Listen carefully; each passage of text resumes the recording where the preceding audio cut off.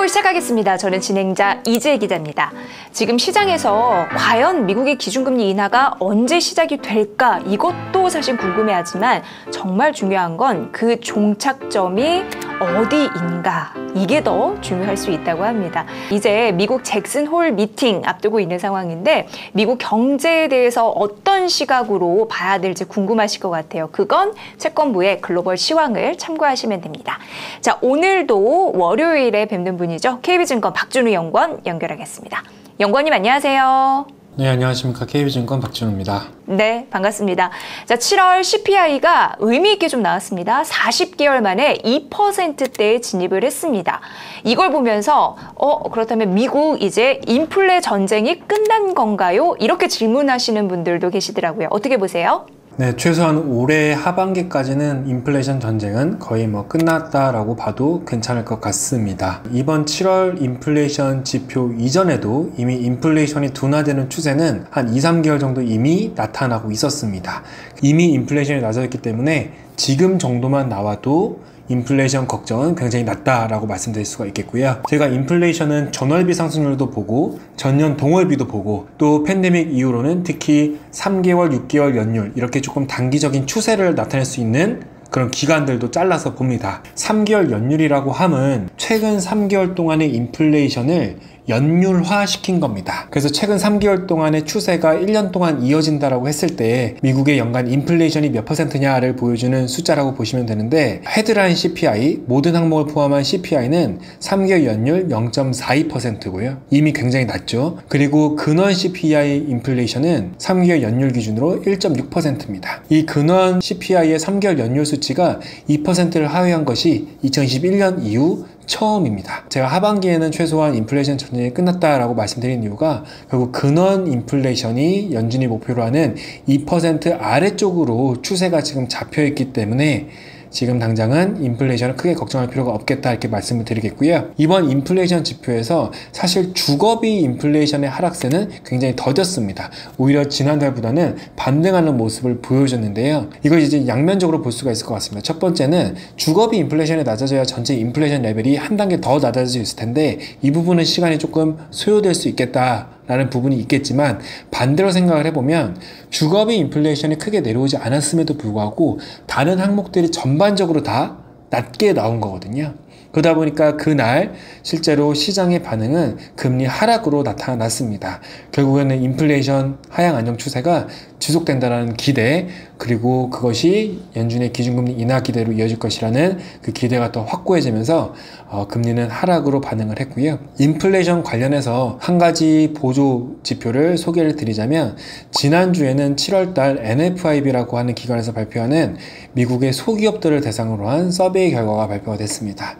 굉장히 많은 항목들을 물어보는데 그중 한 가지가 기업들에게 향후 3개월 이내에 제품의 판매 가격을 인상할 계획이 있습니까? 라고 이제 물어봅니다. 결국에는 인플레이션이라는 게 어떤 물건의 가격이잖아요. 근데 물건 가격이 오르려면 결국 기업들이 그 물건 가격을 인상을 해야 됩니다. 인상 계획이 인플레이션과 밀접한 관련이 있고 실제 CPI 인플레이션에 선행하는 모습들이 관찰이 됩니다. 그래서 노란색 CPI에 비해서 NFI 서베이 중에서 판매 가격 인상을 계획하고 있다는 순응답자의 비율이 높을수록 그 후에 인플레이션도 높아지고 반면에 지금은 판매 가격을 인상하겠다라고 하는 응답자 비중이 낮아지고 있는 상황이거든요. 향후에 인플레이션은 추가적으로 둔화될 여지가 있다. 이렇게 저는 판단을 하고 있습니다.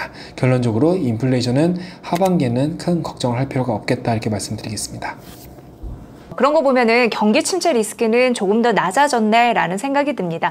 이외에 조금 더 짚고 가야 할 경제 지표 분석이 있다면 뭐를 말씀해 주실 수 있을까요? NFIB에서 또 향후에 고용 계획을 또 물어봅니다. 3개월 이후에 고용을 늘릴 계획이 있느냐. 이 응답에 따르면 미국의 소기업들은 사실 연초 대비로는 고용을 늘릴 계획이 오히려 조금 더 많아진 상황이다 이렇게 보시면 될 것 같고, 지난주에 가장 중요했던 지표 두 가지는 소매 판매와 실업수당 청구 건수였습니다. 먼저 소매 판매를 말씀드려보자면 7월달 전월비 1% 증가했습니다. 1년 동안 1% 증가한 게 아니라 6월 대비해서 7월 한 달 동안 1%가 증가한 거기 때문에 굉장히 큰 폭의 증가였고요. 시장의 예상치가 사실은 전월비 0.3%였기 때문에 시장 예상치를 3배 이상 상회를 했다라고 보시면 될 것 같습니다. 그래서 이 지표가 발표된 목요일날 금리가 소폭 반등을 했고요. 그것과 함께 중요했던 지표가 실업수당 청구 건수였습니다. 미국 경제의 침체 리스크가 높아진 이유 중에 하나가 8월 초에 발표된 실업률 때문이었는데, 실업률은 이제 다음 지표는 9월 초에 발표가 되니까 그 전까지는 주간으로 발표되는 이 실업수당 청구 건수의 영향력이 큰 상황입니다. 그런데 이 실업수당 청구 건수가 8월 초에 굉장히 높아졌다가 그 이후로 2주 연속 실업수당 청구 건수가 반락하는 모습들이 지금 관찰이 되고 있거든요. 일회성 요인이 7월 말 8월 초에 일부 작용했다라는 판단이 시장 참여자들 사이에서 생겨나게 됐고, 결국에는 최근에 실업수당 청구 건수가 반락하면서 실업률 상승이 7월과 같은 속도는 아니겠구나, 실업률이 여기서 조금 더 오를 수는 있겠으나 침체로 이어질 가능성은 낮겠구나라는 판단이 서면서 사실은 경기 침체 리스크가 낮아지는 양상입니다. 그래서 저희도 사실은 실업률 지표 발표 이후에도 미국이 침체 임박한 것은 아니다, 세부 디테일들을 보면 침체보다는 소프트 랜딩 가능성이 조금 더 높아 보인다, 이런 말씀들을 드리고 있는데,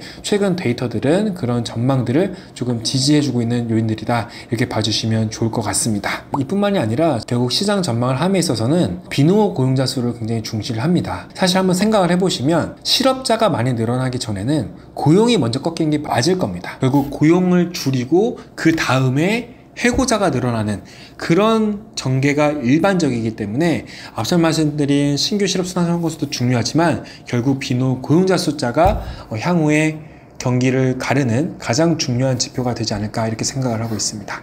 시장에서는 기준금리 인하 시점도 중요하지만 그 종착점도 굉장히 중요하게 바라보고 있는 것 같습니다. 연구원님은 어떻게 분석하세요? 먼저 질문 주신 종착점에 관해서는 연준이 4% 정도까지는 큰 무리 없이 매번 회의마다 인하를 하면서 4%까지는 무난하게 인하를 할 수 있을 것 같고요. 그 이후에는 매 회의 인하보다는 띄엄띄엄 인하를 하면서 3% 초중반 정도까지는 인하가 가능할 것으로 이게 전망을 하고 있습니다. 연내 기준금리 인하 기대도 크게 변화를 하고 있습니다. 일주일 전과 지금을 조금 비교를 해보자면 사실은 일주일 전만 하더라도 시장에서는 연내 125bp 인하 기대가 상당했었습니다. 약 4분의 1 정도의 확률이 반영이 되어 있었습니다. 연내 125bp 인하라고 하는 것은 B컷, 즉 50bp씩 인하하는 것이 연내 3번 회의 중에서 2번은 B컷을 단행을 하고 한 번 정도는 25bp 인하를 단행을 하면 총 125bp 인하를 단행을 하는 것인데, 그 확률을 약간 4분의 1 정도의 확률로 반영을 하고 있었습니다. 그런데 지난주에 말씀드린 다양한 지표들이 경기 침체 리스크를 낮춰주면서 시장의 인하 기대는 연내 125bp 인하보다는 100bp 인하 혹은 75bp 인하, 이 두 가지 사이에서 지금 가장 크게 시나리오가 형성이 되고 있습니다. 결국 매 회의 인하하는 것은 거의 기정사실화가 된 상황인데, 매 회의 25bp 인하를 하느냐 아니면 한 번 정도는 B컷을 단행을 하느냐, 이렇게 지금 시장의 프라이싱이 두 가지 시나리오를 반영을 하고 있다, 이렇게 보시면 될 것 같고요. 저희는 기본적으로 연내 25bp씩 3번 인하할 것으로 전망을 하고 있습니다. 그렇게 보는 이유 중에 하나가, 앞서서도 이제 여러 가지 경제 지표도 말씀드렸지만 금융시장 지표도 함께 봐야 됩니다. 무슨 말이냐면, 만약 주가가 8월 초처럼 급락세가 이어졌다라고 하면 아마 연준도 B컷 단행이 필요했을지도 모릅니다. 그런데 미국의 여러 가지 주가 지수들은 이미 빠르게 회복을 하고 있고, 그것과 함께 같이 봐야 될 지표 중에 하나가 크레딧 스프레드입니다. 회사채 가산금리라고도 얘기를 하는데요. 결국 기업들이 자금 조달을 하기 위해서는 이렇게 회사채 시장에서 채권 발행을 통해서 자금을 조달을 합니다. 국채금리에 얹혀지는 그 가산금리를 저희가 크레딧 스프레드라고 얘기를 하는데, 이 크레딧 스프레드가 급격히 확대가 되면 연준은 굉장한 위험 신호로, 위험 시그널로 판단을 하고 기준금리를 급격히 인하할 수 있는 필요성이 생기게 되지만 최근에 크레딧 스프레드의 동향을 보면 사실은 8월 초에 실업률 발표 이후에 일시적으로 상승을 했다가 다시 하향 안정되고 있는 추세가 지난주에 이어지고 있습니다. 주가뿐만이 아니라 다양한 금융시장 지표들을 통해서 봤을 때 어떤 금융시장이 반영하고 있는 침체 리스크는 크지 않은 상황이고 기업들의 자금 조달에도 큰 문제가 없는 상황이기 때문에 연준 입장에서는 무리해서 기준금리를 B컷 인하할 이유는 없다라고 생각을 하고 있습니다. 그래서 저희는 연내 25bp씩 총 3번 인하를 전망을 하고 있고 그 기준금리 인하의 최종 정착지는 2%대보다는 3%대를 전망을 한다라고 요약을 할 수 있겠습니다. 네, 25bp 연내 3번 인하 이 뷰는 바뀌진 않았네요. 오늘 분석 잘 들었습니다. 네, 감사합니다. 네, KB증권 박준우 연구원과 함께했습니다. 네, 다음 주 월요일 26일입니다. 여러분 꼭 메모해 주세요. 자, 공동락 대신증권 부장님과 저희 채권부의 라이브를 시작합니다. 오후 3시에 잭슨홀 미팅과 관련해서 분석해 드릴 거고요. 이어서 회사채 전문가이시잖아요. 김상만 하나증권 상무님과 함께 회사채의 파트 1 상식과 파트 2 실전 투자 전략에 대해서 굉장히 구체적으로 Q&A 시간을 가질 예정입니다. 많은 관심 부탁드립니다. 자, 채권으로 경제적 자유를 실천하는 그날까지 채권보이는 오늘도 이번 주도 열심히 해볼게요. 자, 해피한 한 주 되세요.